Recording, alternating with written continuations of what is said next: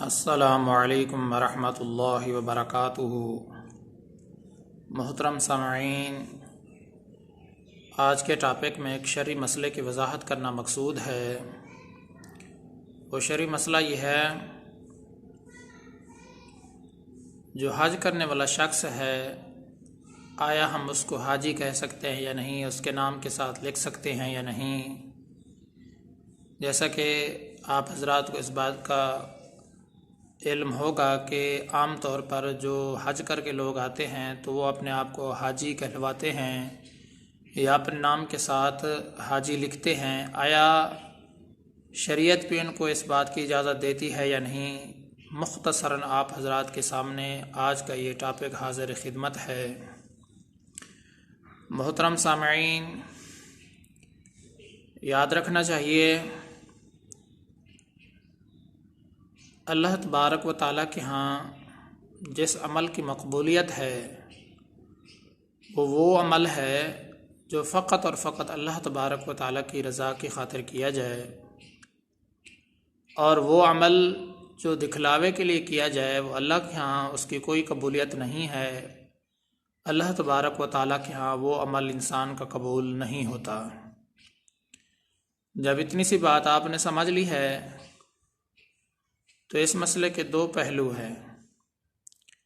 अगर जो हाजी साहब है वो हज करके आया है, अल्लाह तबारक व ताला ने उसको बहुत ही बड़ी सआदत नसीब फरमाई है हज की,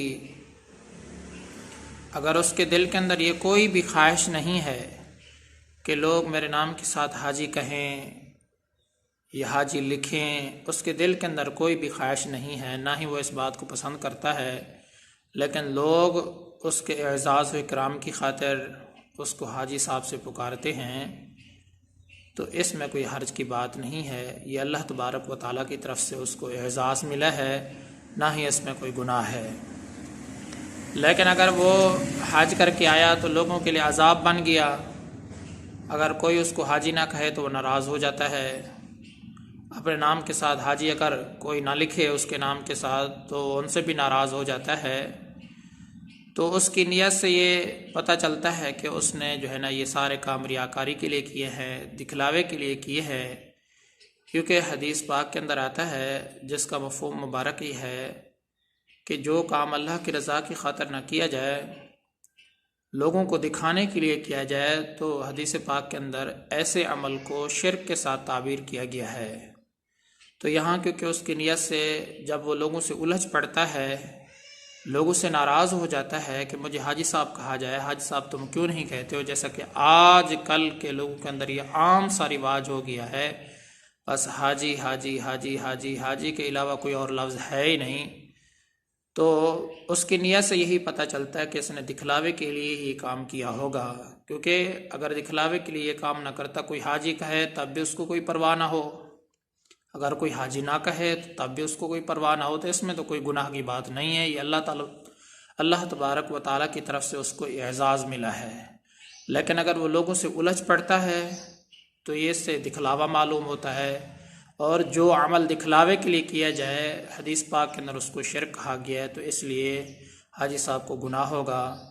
तो दिखलावे की वजह से अगर उसने ये हज किया है, क्योंकि दिखलावे के बारे में अहादीस के अंदर कसरत के साथ ये बात वारिद हुई है, ऐसे अमल को शिर्क कहा जाता है। तो इसलिए दूसरे पहलू को देखते हुए कोई आदमी अगर उलझ पड़ता है, हाजी ना लिखो, या नाराज़ हो जाता है अगर उसको हाजी ना कहो, तो उसके लिए ऐसा करना शरई लिहाज से भी ठीक नहीं है, दुरुस्त नहीं है।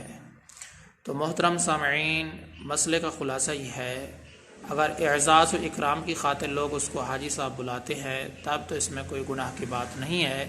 लेकिन अगर उसके दिल के अंदर ये ख्वाहिश है कि लोग मुझे हाजी के नाम से पुकारें, और अगर कोई ना पुकारे या उसके नाम के साथ हाजी साहब ना लिखे तो वो लोगों से उलझ पड़ता है, तो उसकी नीयत से दिखलावा मालूम होता है। इसलिए फिर इस एतबार से उसको हाजी साहब कहना या उसके नाम के साथ लिखना शरई लिहाज से भी ठीक नहीं है, क्योंकि ये दिखलावा है, और दिखलावे को हदीस पाक के अंदर जो है ना शिर्क से ताबीर किया गया है। मोहतरम सामईन, अल्लाह तबारक व ताला की ज़ात से उम्मीद रखता हूँ कि आपको ये मसला ठीक तरीके से समझ में आ गया होगा। मैं आप सब की दुआओं का तलबगार हूँ। मोहम्मद सनाउल्लाह फ़ारूक।